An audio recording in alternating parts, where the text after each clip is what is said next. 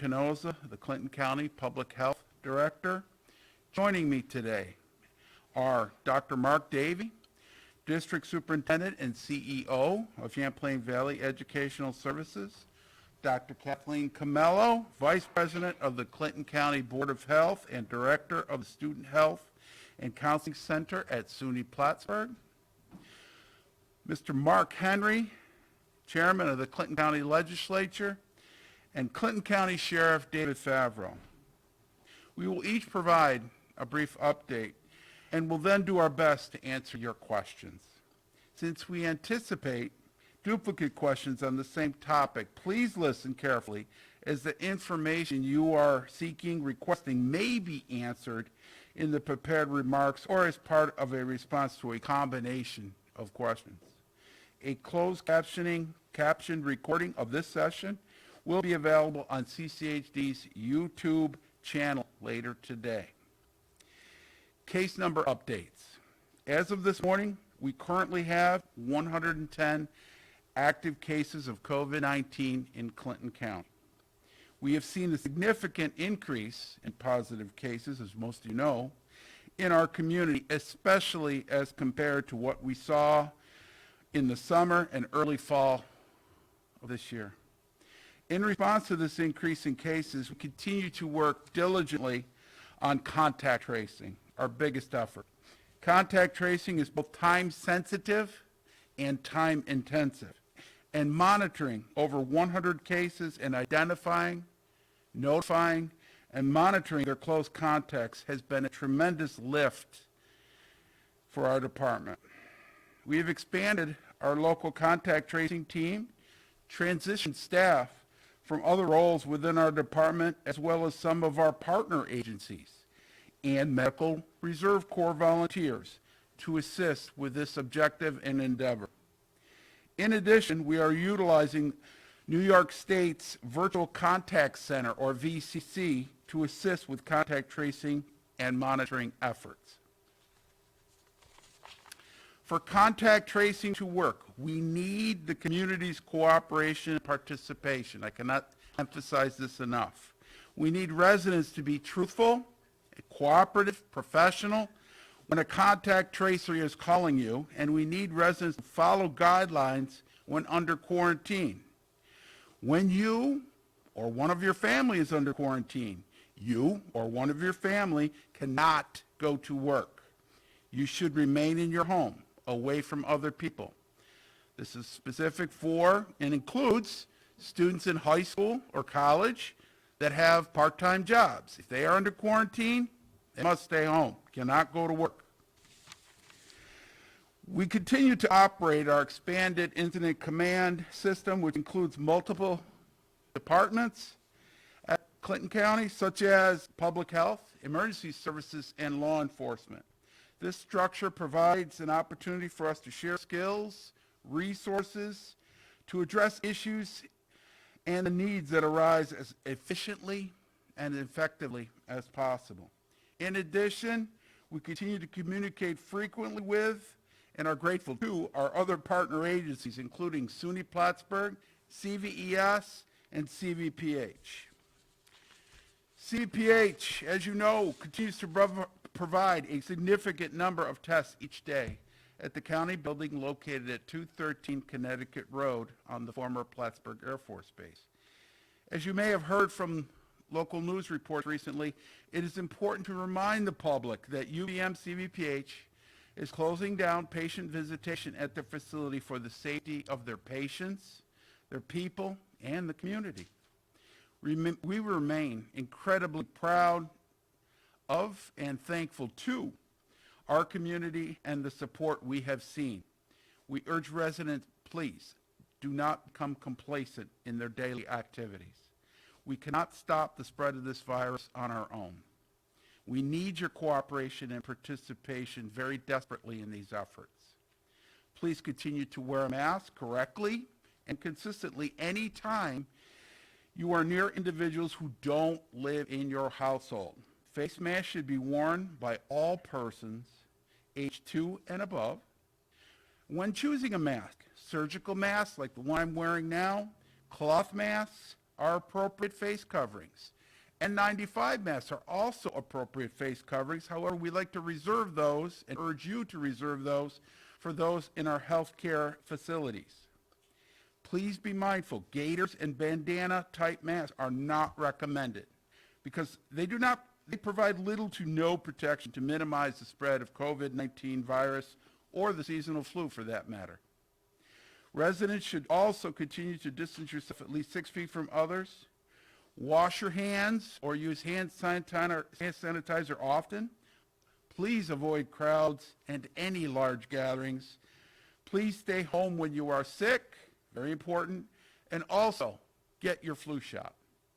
We do realize we sound like a broken record, but these actions do work together to minimize the spread of this disease. We cannot stop COVID because we have had enough.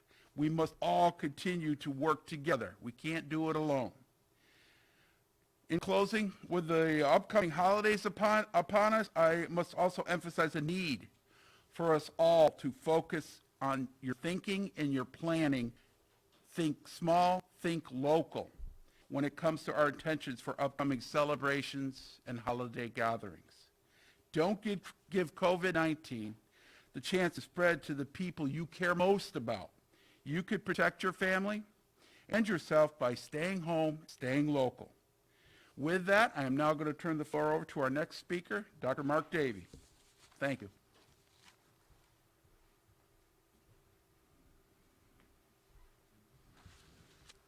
Thank you, Mr. Canosa.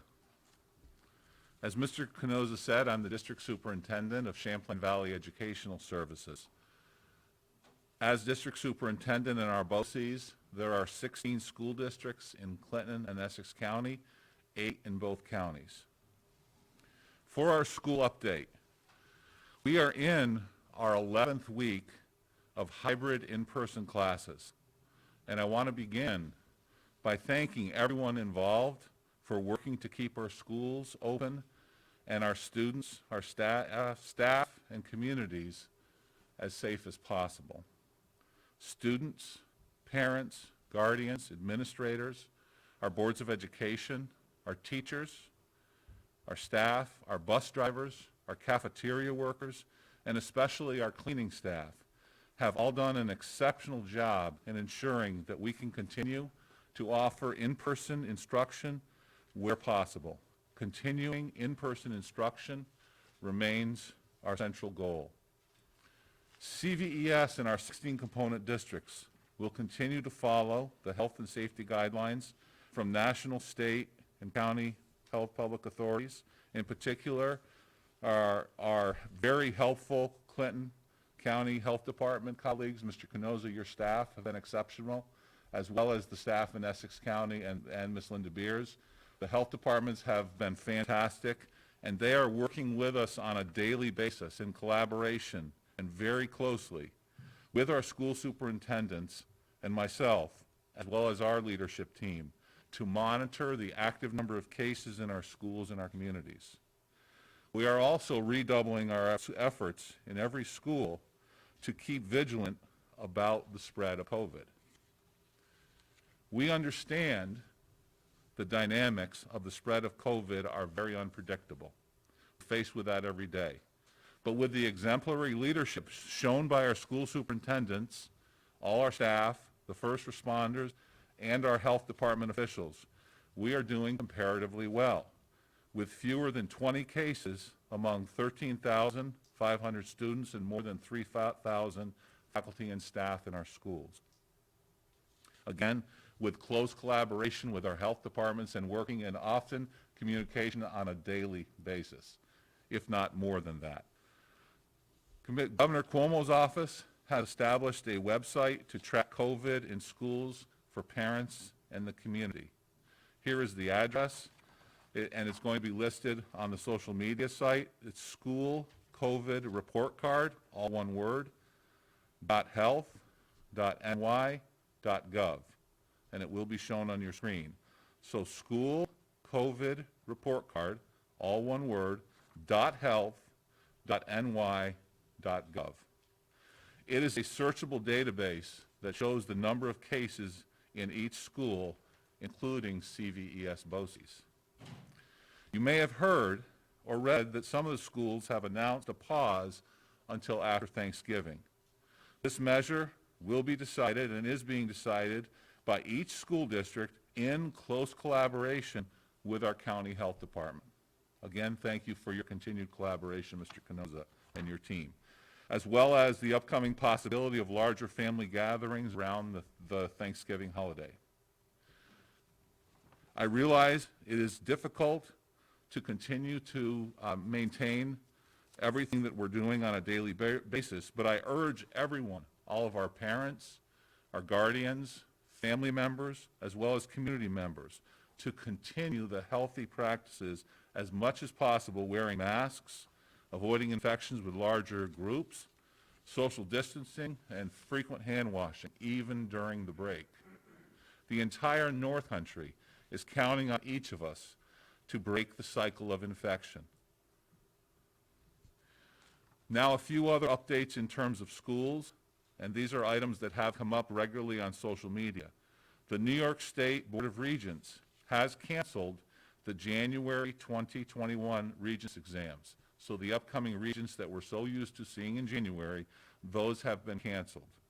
There is no word yet on the June Regents or grades 3 through 8 assessments upcoming later this year.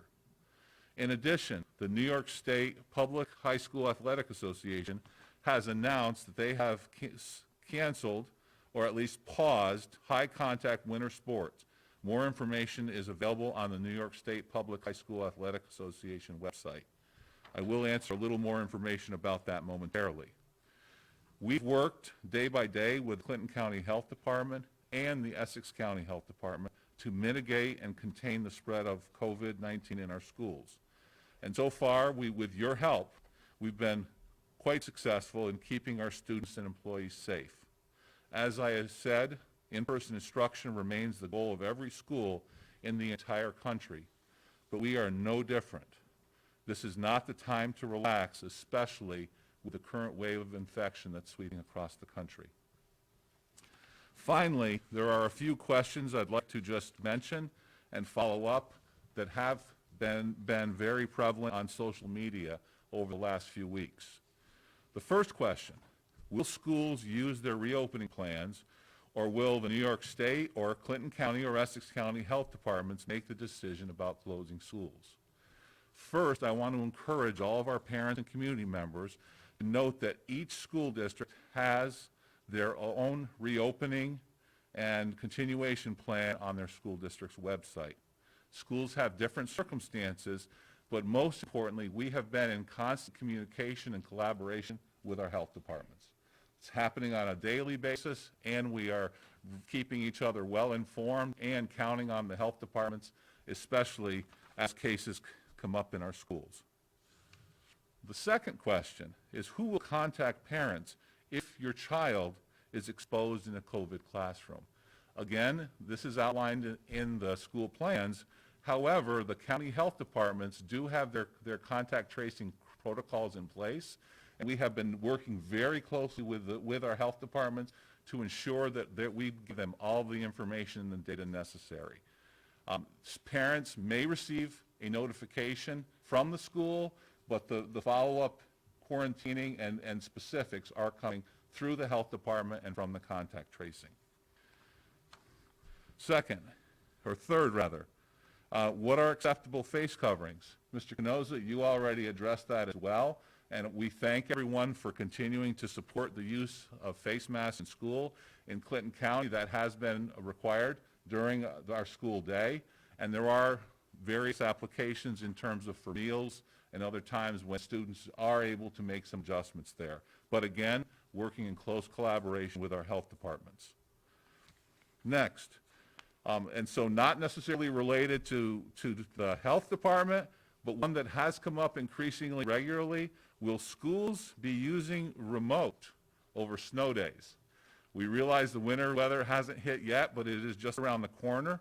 There was a recent memo in September of 2020 that did establish a one-year pilot to enable school districts, at that school district's option, to use the reopening plan and to utilize remote instruction on a snow day. Each school district is utilizing that memo and making their own decision on that fact. And lastly, what about winter sports? We have been very fortunate this fall. There was a CVAC sports season, and throughout our region, there were some sports that did occur, and I want to thank all the coaches and the athletes that were able to be successful with that.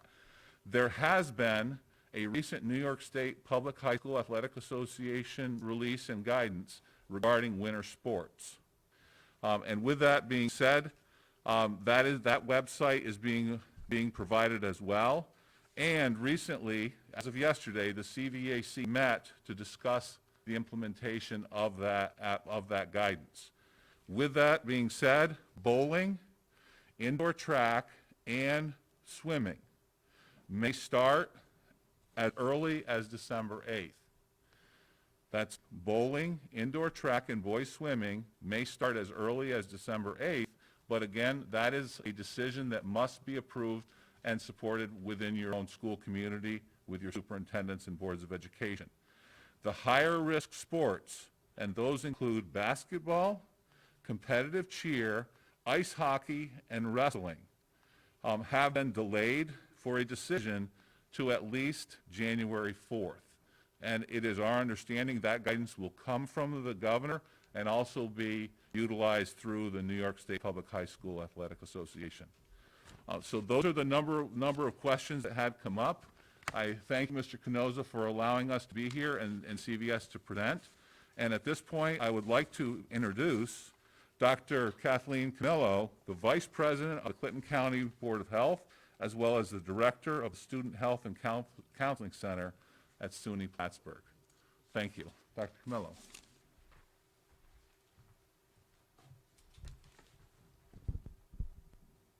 Thank you, Dr. Days, and thank you, Mr. Canosa, for inviting me. As this holiday will soon be upon us, I cannot stress enough, as a family practitioner, family doc, the recommendation to keep our gatherings small, avoid travel as much as possible outside of our community, wear our masks, practice hand hygiene, and be thankful that our personal sacrifices this year will help to assure the safety and well-being of our family, friends, and our greater North Country community. As the director of the Student Health and Counseling Center and sharing the Unified Command Post with Chief University Police Pat Brasco, we have been able to learn quite a bit about our current pandemic and how it affects our campus community. The college has experienced two curves of positive cases, one peaking October 19th through the 25th with 23 cases, and again November 9th through the 15th with 64 cases. We realize that a major way a positive case occurs is when a member of our community leaves, returns, becomes symptomatic, and then transmits the virus to their close contacts. Spread has not been from large gatherings, classroom transmission, or with our cases from the wider Plattsburgh and Clinton community contacts. Since the second week of classes, we have performed pool surveillance testing, and most recently, we tested all students before leaving our community from November 11th through the 13th. Over the past 2 weeks, we have identified 33 state students who tested positive through our pool testing process. And I really want to explain how this works. Students that are pool tested, that come to our pool testing, are screened for symptoms, and they're only allowed to pool test if they are asymptomatic. If they're symptomatic at the door, they are immediately referred to the Student Health Center for evaluation and rapid testing. So what we're doing is that we're identifying asymptomatic students. This has allowed us to isolate students, trace and quarantine their contacts. This early identification system has allowed us, SUNY Plattsburgh, to assist to decrease the spread of this disease within our campus and greater Plattsburgh community and home communities across the state and the nation.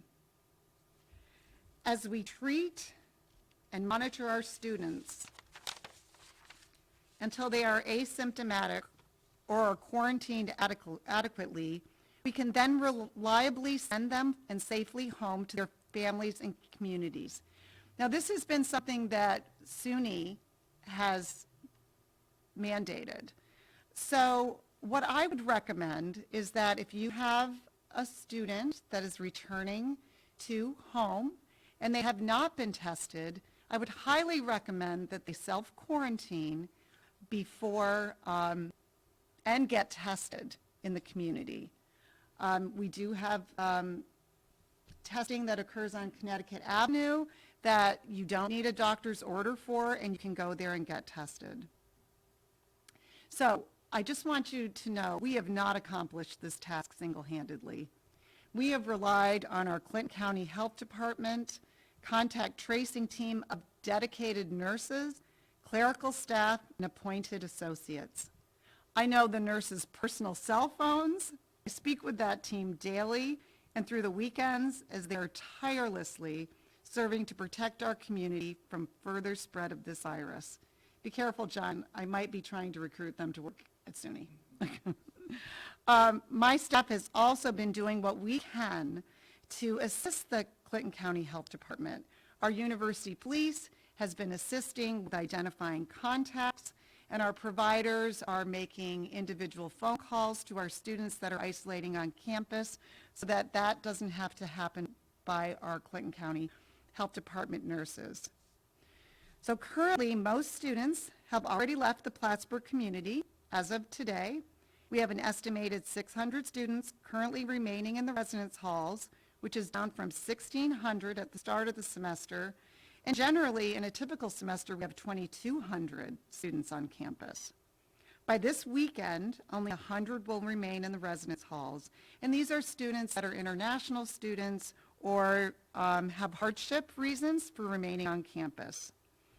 After the Thanksgiving break, the campus will be transitioning to fully remote learning for the remaining 2 weeks of the semester. The students that are remaining, even today, we have asked them to limit gatherings and activities to only those that are necessary. We realize that this Thanksgiving will not mirror those in the past, with large family gatherings of friends and family. But let us be thankful and cherish our family and friends' health and well-being. We at the Clinton County Health Department appreciate your personal sacrifices this season in order to continue to keep your family and friends and community safe and healthy during this holiday season. Thank you. So now I would like to introduce Mark Henry. He is the chairman of the Clinton County Legislature.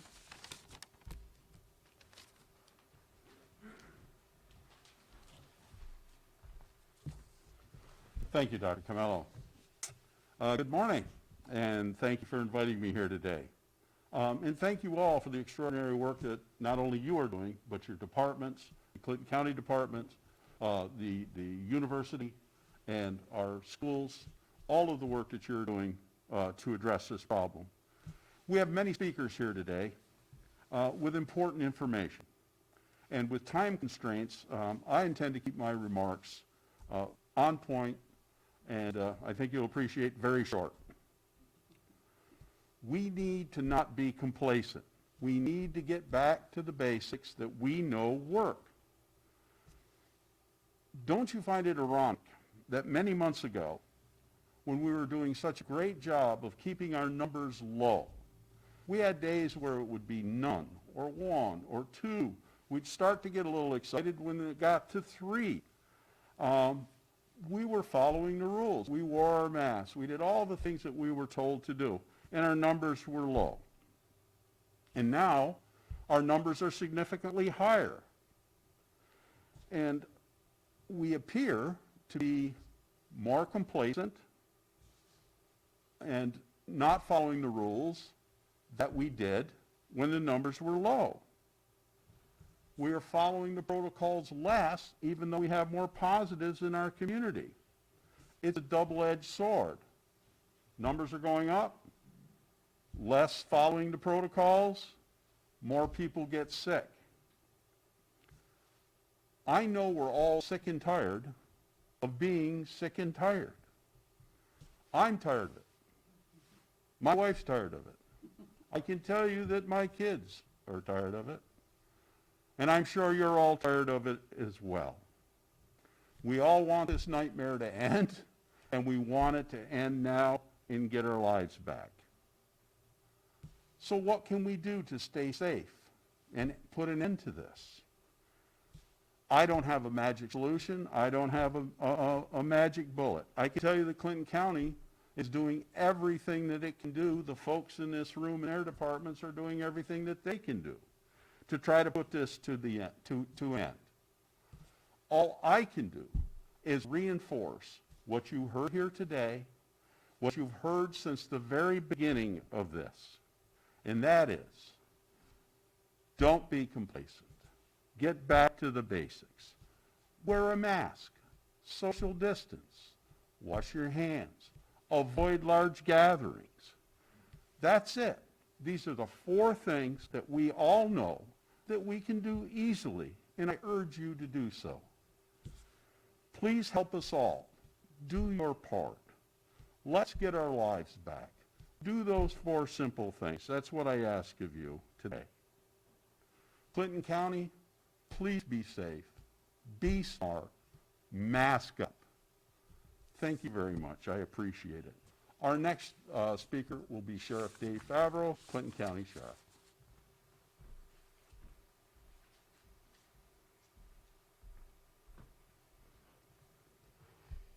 Good morning. I'm David Favreau, Clinton County Sheriff. It's difficult to sit there and try and figure out what message are you going to put across that's going to be different that our previous guest speakers haven't said. You have heard the same things over and over several times for a reason, because it's been proven through science that it works.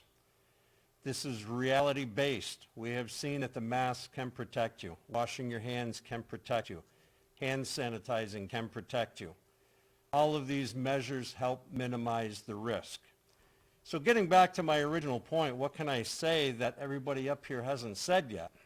Well, given how this virus is transmitted, I would probably start with saying, don't dip your fingers into the salad bowl during Thanksgiving. Don't eat pickles out of the pickle jar with your fingers. Use utensils. Don't share utensils. Because you see, when we started this, we said that this was this cruel, invisible monster. Well, it's a smart one, too, because it took on its own identity inside a human being. That human being now is carrying that virus around to its friends, to its family, to its loved ones. So it is incumbent upon us, if we are going to defeat this, now that it has established identities through multiple people in our community, multiple contacts, we need to choke it out. We need to be able to minimize it. We need to be able to follow these guidelines and regulations. If I don't make this statement that I'm about to make, I know that that will precipitate many, many questions and calls into our panel afterwards, so I'm going to put it clear up front. As your elected sheriff in Clinton County, I am sworn to follow the Constitution of the United States, the Constitution of the State of New York, the laws and the rules of Clinton County. Our department will, in fact, be doing that to protect all of the residents and guests of Clinton County. There will be no home invasions in your home to find out how many people your turkey feeds or to find out how many people are sitting at your table. However, I want to point out that I think those comments and those regulations came forth from a governmental leader that really wants the same thing that we all do, wants this to go away. COVID is really destroying our economy, it's destroying our social lives, it's destroying a lot of our mental stability. We need to stick together, we need to hang on and get through this, but we also need to realize that there are other things that are important. The mask covers the nose and it covers the mouth to protect others and can also help to protect you.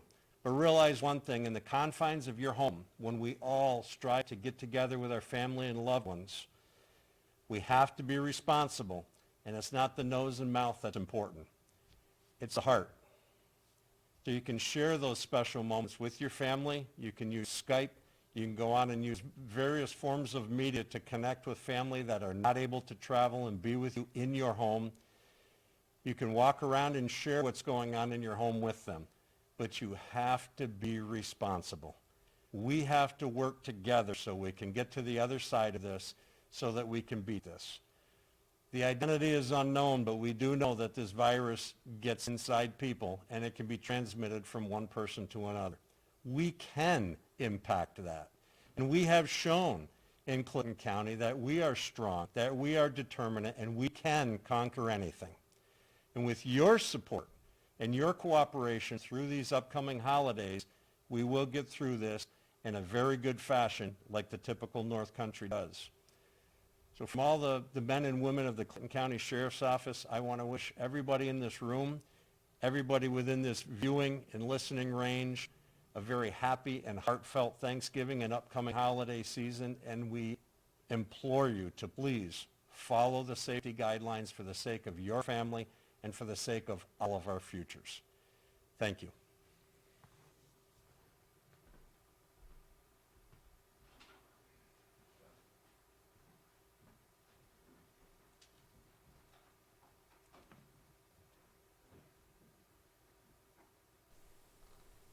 Okay, great. Thank you very much to all of the speakers.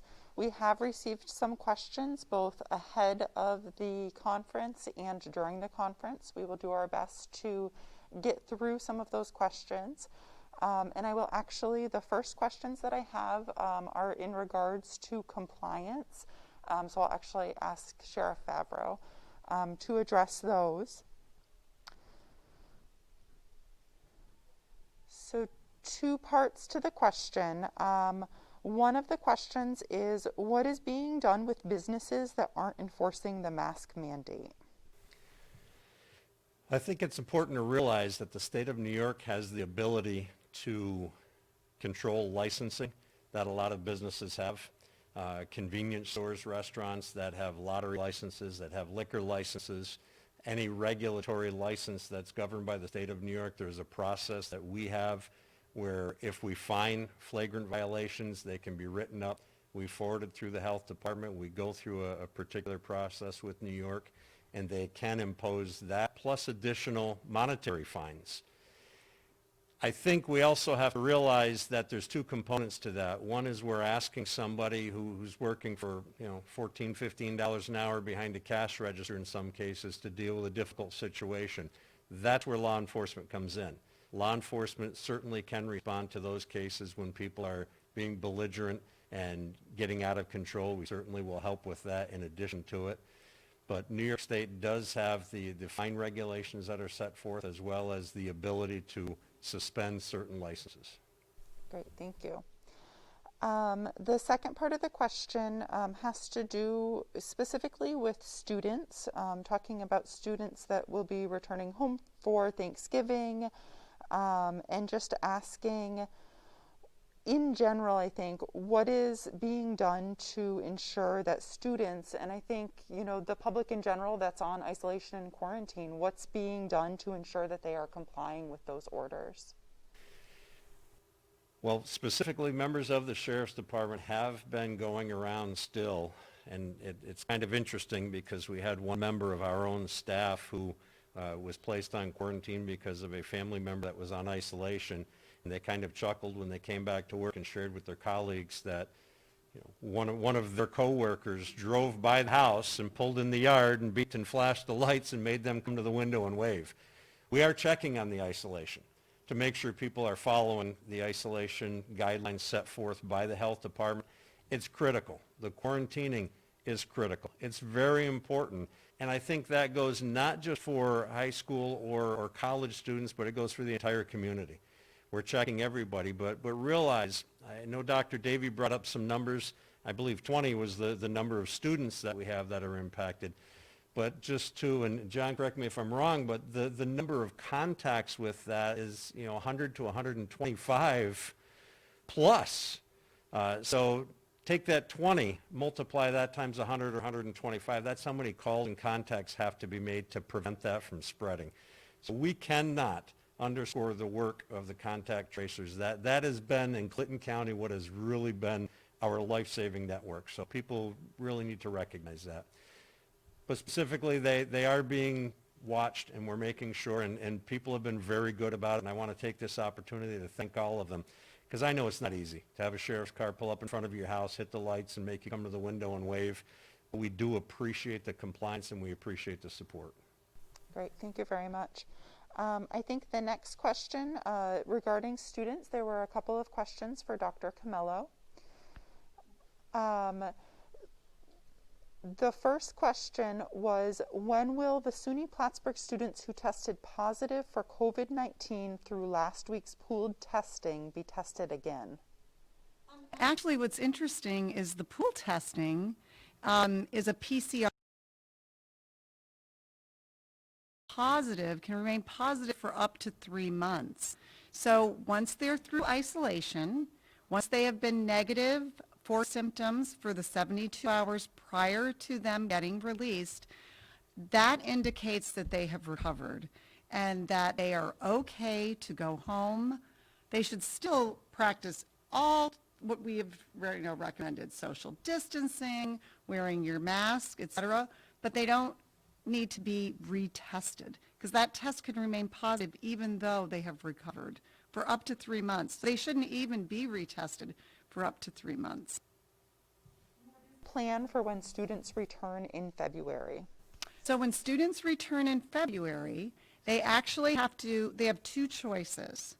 Well, first, they have to self-quarantine prior to returning. They can submit a negative test within 3 days of returning to campus. And if they don't do that, we will be pool testing them, the entire campus community, on campus and off campus, within 5 days of their return. And actually, it will probably be even less. This I think you may have addressed already, but just throwing it out there if you'd like to add anything else. What were your findings from the mandatory COVID-19 testing on campus before students can return home for Thanksgiving? The second part of that question was, how many students cannot return home because of positive results? So that's a bit of a fluid situation in terms of who can return home. So right now we have students isolated on campus.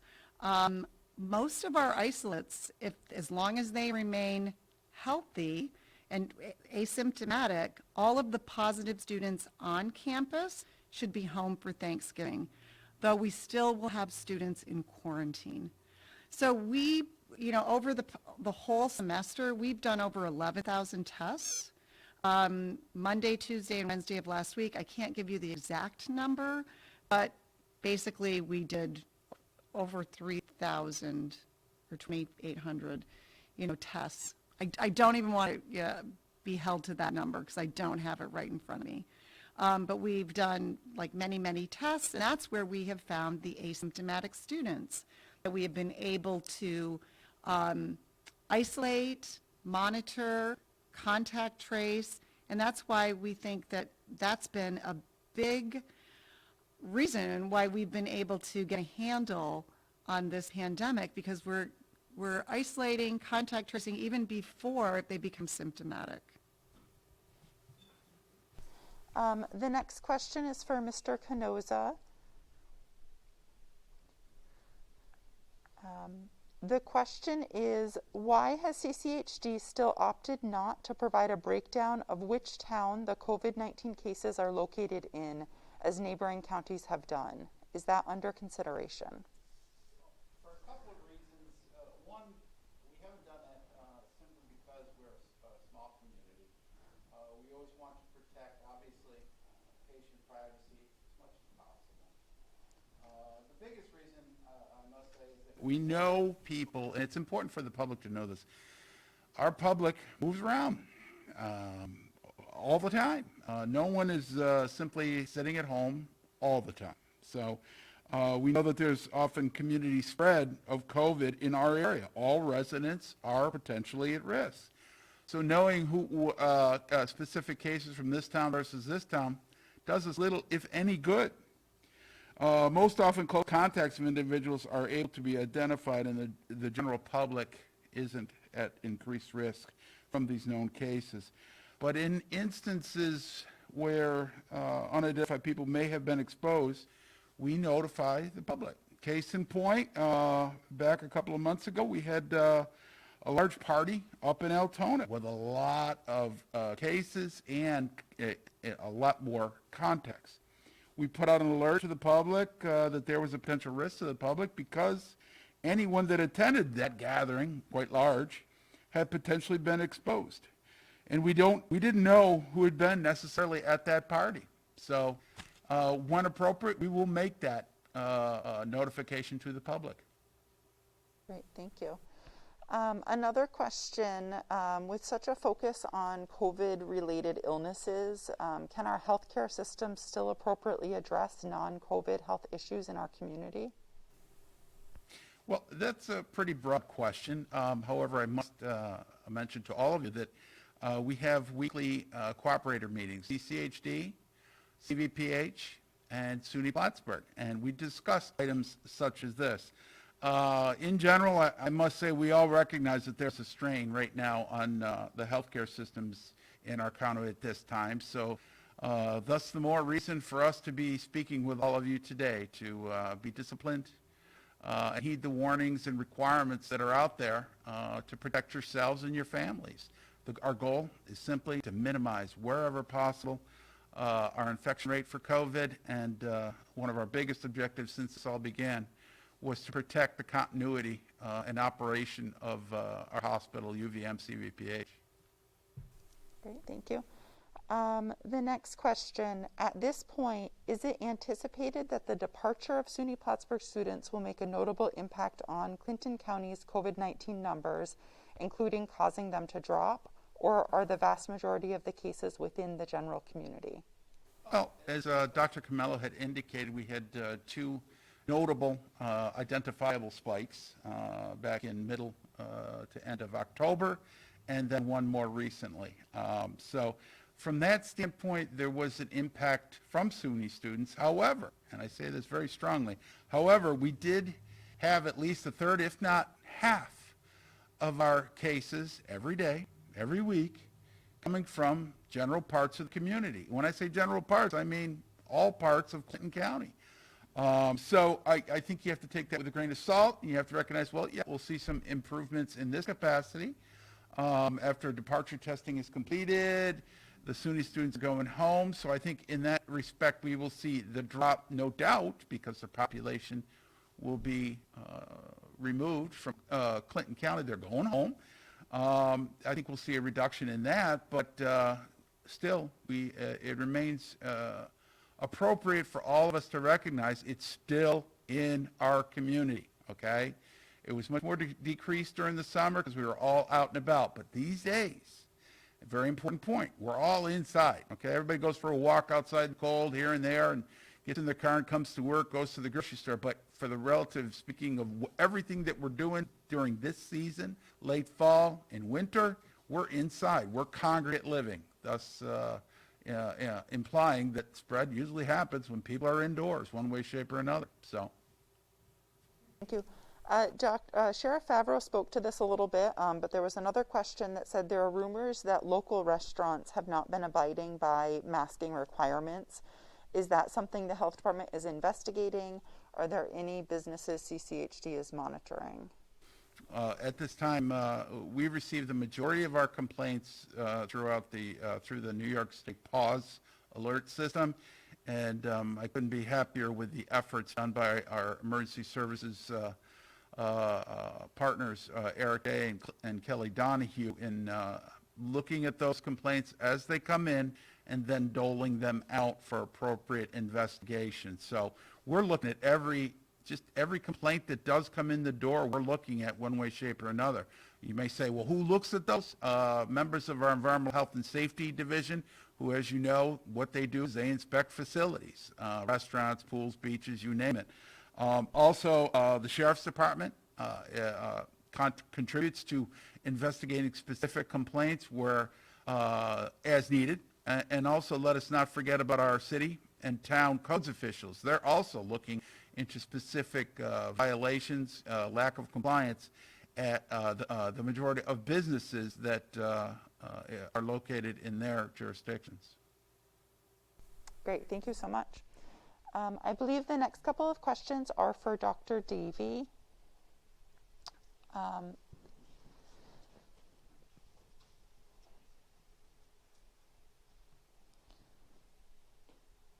So the first question is, yes, BOCES schools planning a unified response regarding how to proceed through the holidays. It says some have announced plans to temporarily go remote, or will those decisions be left up to individual districts? Sure. As I indicated, all of our school districts are working in close collaboration with our health department, both in Clinton and Essex County. This has been ongoing since last March, but we are now at a point where we're actually meeting with weekly check-ins as well as having constant communication. The decision at this point has been in collaboration with the health department that the school districts are making individual decisions. And I do want to reemphasize the point that the sheriff made, and that is that any case in our schools, and we've been very fortunate, does have a dramatic impact. For example, within the last week, there was one case in one of our schools, and approximately 125 students and staff were quarantined. So one case can actually shut down an entire school building. And that's what's happening in many cases, and school districts are making the decision in close collaboration with the health department to make recommendations and to implement pauses. And for example, and I will use, in our case, CVS BOCES has special education classes on our campus that have small numbers. We have high-need students, and we're working very hard in collaboration with the health department and our staff to try and keep our schools open, including our CV Tech programs, which have very large rooms, as well as our students are cohorted. But understand that CVS BOCES does have a different dynamic as well than our schools, but we are working very diligently to make the best decision possible. And the second point, and I will reference as well, is that if the cases do rise, the state has a color metric system that's in place with yellow, red, and orange. Under the yellow zone identification, there is an option and an ability for schools to open with a 20% testing mandate for their students and staff. So there are options, and we have been working, again, in close collaboration with the health departments in both counties to look at those options and put in place steps that we could work to implement those testing protocols in our schools. Thank you very much. I think that was the last one that I had. There are a few more that I will kind of open it up to the group to let you decide. There was a couple of questions asking and commenting on the fact that schools are open, but we're discouraging small gatherings. Can anyone address kind of the difference between children and teachers and staff being within a school district versus kind of what we're seeing with the small gatherings? I'll come back to the stage and just take a shot at this as well. And we have, again, been working in close collaboration with the health departments. But I would also indicate and point to our school reopening plans. And we look at all of the plans that have been put in place, as well as the requirements for masking, for social distancing, looking at all the capacities in classes, on buses, in classrooms, and so on and so forth. As an example, many of our school districts, instead of having a cafeteria full of children where our students would normally eat in a group, are now eating at their desks in their own individual classrooms. So the protocols and the time and work that has been put in to our plans has been helping mitigate our response. It doesn't eliminate it, but it mitigates it and helps us keep the best environment possible. And I think all that work and all of the constant attention to that implementation, again, Close collaboration with our health departments and following our state and local guidelines has made a difference and allowed us to maintain as well as safe an environment as possible.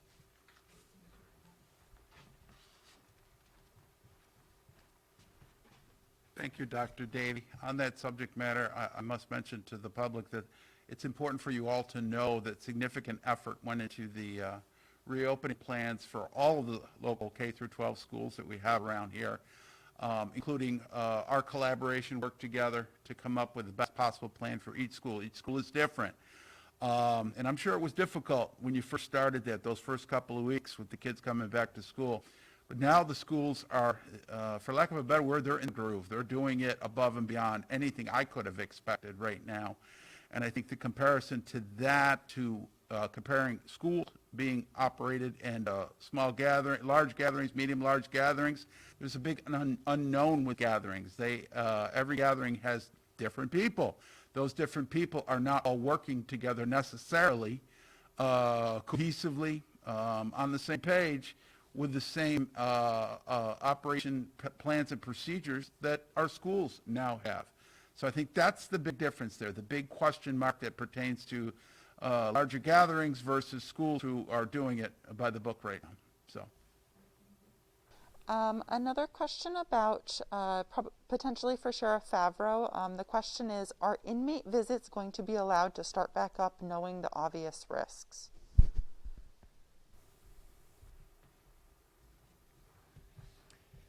At the present time, we're minimizing access to the jail facility. And that's with other agencies, federal agencies, attorney visitations.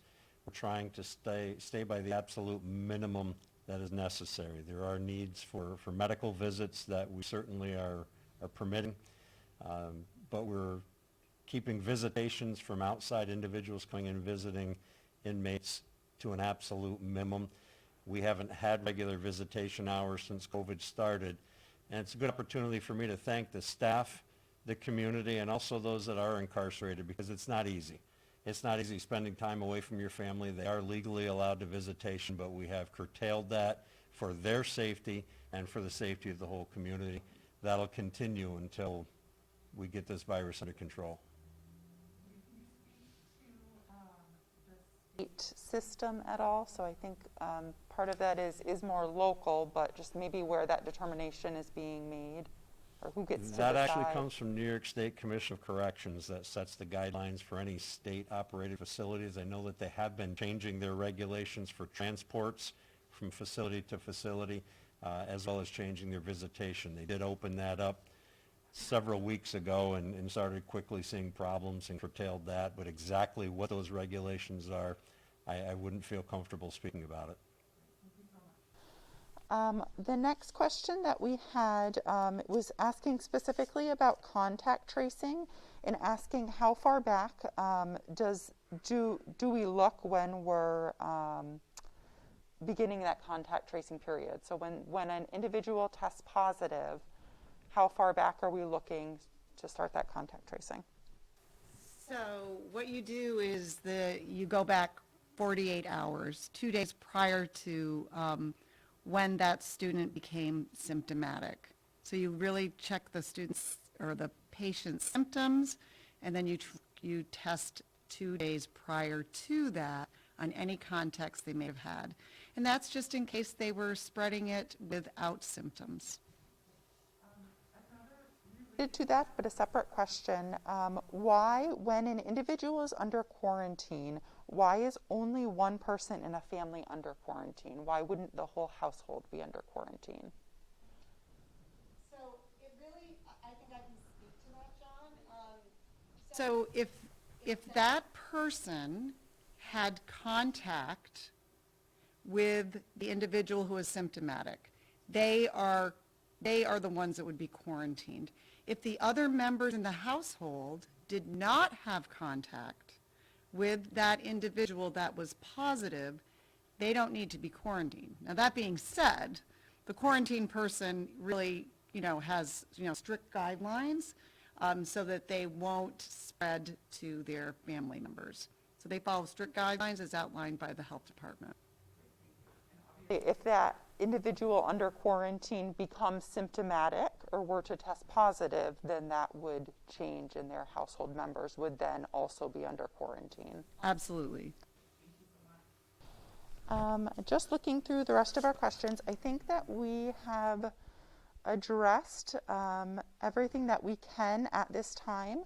There are a few questions that we will definitely make sure we're putting some additional communications out on. Some of them were more specific and can't necessarily be answered in this format. But I think that is it for questions today.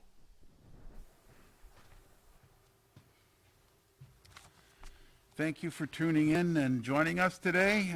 A recording of this media conference will be posted to CCHD's YouTube channel later today. And as Sheriff Favreau had mentioned, please, everybody, wishing you a happy Thanksgiving, hopefully a local and small gathering Thanksgiving, and then the following holidays of Christmas and New Year's coming up. Keep it small, keep it local, keep it safe.